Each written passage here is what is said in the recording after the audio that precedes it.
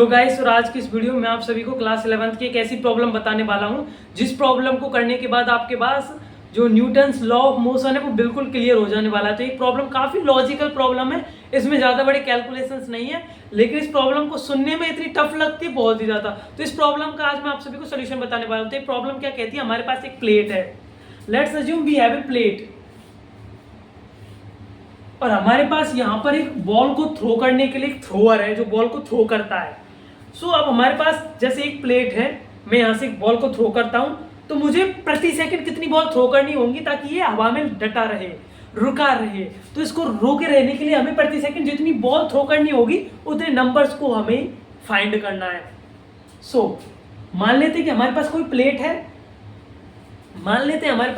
है, और इसके अंदर जो हमारा मास है वो है कैपिटल एम, और जो बॉल है उसका मास है स्मॉल एम। तो इन चीजों को ध्यान रखना कि प्लेट का मास कैपिटल एम, बॉल का मास स्मॉल एम। तो प्लेट को नीचे की तरफ कौन खींच रहा है? What is the thing that is attracting the plate downwards? It is gravity, means mg।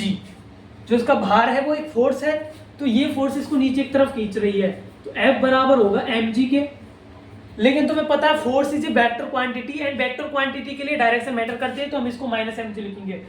तो हमें बॉल से इतनी फोर्स चाहिए होगी कि बॉल इतनी फोर्स जनरेट करे ताकि ये mg के बराबर हो जाए तथा ये हवा में डटी रहेगी, मोशन बराबर 0 होगा। तो इतनी हमें चाहिए बॉल से फोर्स। तो उस फोर्स को निकालने के लिए मान लेते हैं कि फोर्स F एक्सटर्नल है, इतनी सारी फोर्स उस पर लग रही है। तो इसको हम कैसे निकाल सकते हैं? इसके पीछे हमारे पास दो मेथड आते हैं। पहला मेथड है हम F बराबर ma से, और दूसरा बराबर F बराबर dp/dt, जो कि न्यूटन्स का सेकंड लॉ था, काफी फेमस लॉ है वैसे। लेकिन हम यहाँ पर ma से नहीं निकाल सकते, क्योंकि यहाँ पर एक्सेलरेशन को हमें लेना होगा। एक्सेलरेशन यहाँ से दिया गया बॉल को माइनस ग्रेविटेशनल एक्सेलरेशन, ये काफी ज्यादा टफ हो जाता है। तो मैं इसको जितना सिंप्लीफाई हो सकता है उतना करना चाहता हूँ, क्योंकि यदि तुम किसी चीज को जितना सिंप्लीफाई कर सकते हो उतनी जल्दी याद होती है, रिचर्ड फाइमन ने भी कहा था। इसको हम करेंगे न्यूटन के सेकेंड लॉ से, जहां पर F बराबर होता है dp/dt। यहाँ पर P है हमारे पास मोमेंटम। सबसे पहले dp देखते हैं। dp क्या होता है? dp होता है P final minus P initial, और मोमेंटम फाइनल। तो बॉल को हम देखते हैं यहाँ पर।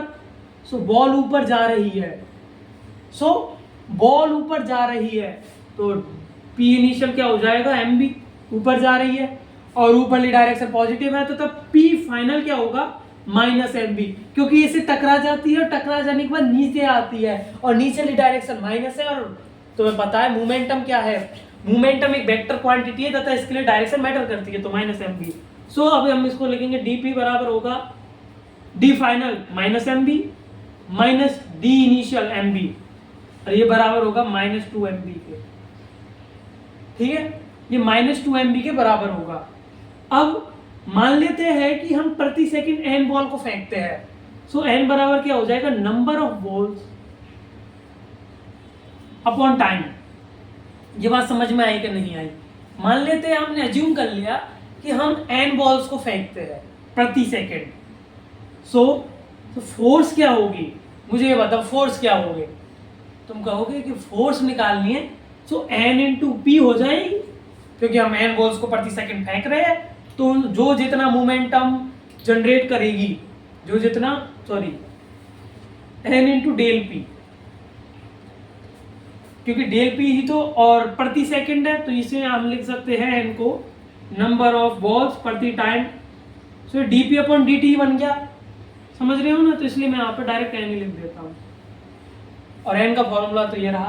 तो तुम समझ रहे हो कि मोमेंटम में चेंज आ रहा है प्रति टाइम, यही तो फोर्स होता है, और वो n बॉल की वजह से आ रहा है। हम n बॉल फेंक रहे हैं, तो n बॉल से मोमेंटम में जो चेंज आता है वही फोर्स होगा उन सब बॉलों का। हमें एक बॉल का नहीं चाहिए, हमें सब बॉलों का चाहिए, तो सब बॉलों के लिए हम n लिख देते हैं। F बराबर क्या आ जाएगा? -2mbn, और F क्या था? -mg।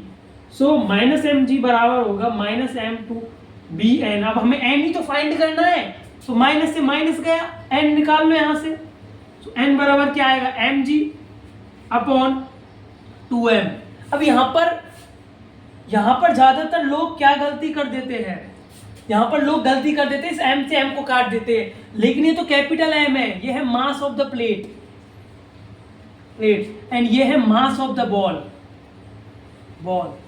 तो ये गलती आपको कतई नहीं करनी है। So that is for today. मिलते हैं नेक्स्ट वीडियो में। कट कर दे बंद, देखो।